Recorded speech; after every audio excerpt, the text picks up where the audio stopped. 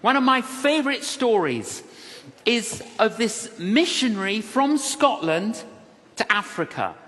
And after a long time in Africa, he returned to his sending church in Scotland to report on the work and the ministry and to call more labourers to go to Africa. He arrives at the church, it's winter, it's cold, it's raining, not many people come. And he's a little bit disappointed. And many of the people there were elderly.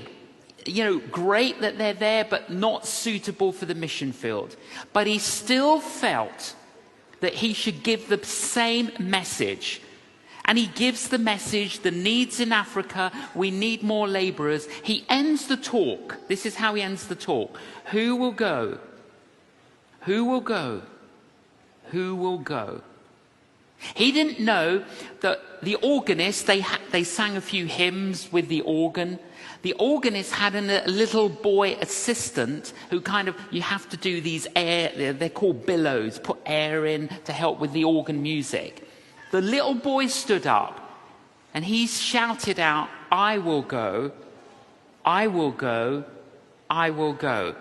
The name of that little boy, David Livingstone. He is then advised, David, if God has called you to Africa, what we suggest is that you become a medical doctor and you can go to Africa as a medical missionary. He grows up, he goes to medical school, he becomes a medical doctor, he then goes to Africa as a medical missionary. He labours and labours and labours. There's one particular community, tribe, that they're trying to reach, and it's really difficult. And the chief sends him a message. And the chief said to him, we are going to come tonight and we are going to murder you and everyone in your compound. Now, the reason we know every detail of this, and I've researched this, is because David Livingstone kept diaries. And all of this is written in the diaries. So he's writing in his diary, Lord, we've labored so faithfully. Please protect us. Please help us.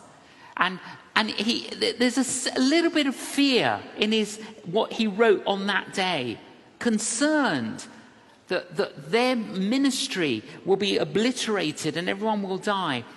But they didn't come and kill them. Anyway, a couple of years later, they eventually introduced the chief of the tribe to Jesus, and the entire community converts and follows Jesus. David Livingstone said, no, the story gets better.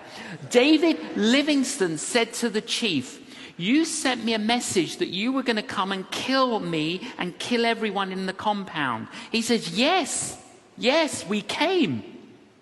Well, why did you not kill us? Well, because when we came to the compound, there were 39 giants surrounding the compound.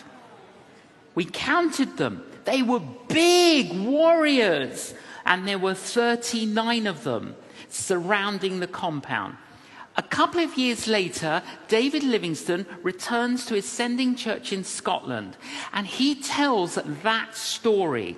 At the end of the meeting, the secretary of the church comes up to David Livingstone and says, Dr. Livingstone, do you remember the date that the chief were going to come and kill you? He says, of course I know the date. He gives him the date. The secretary of the church opens the church diary and he shows him that date. There were 39 people in the church in Scotland praying for them.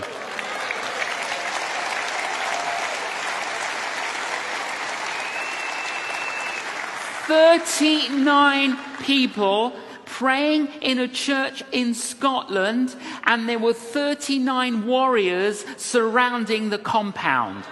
Do not say that is a coincidence.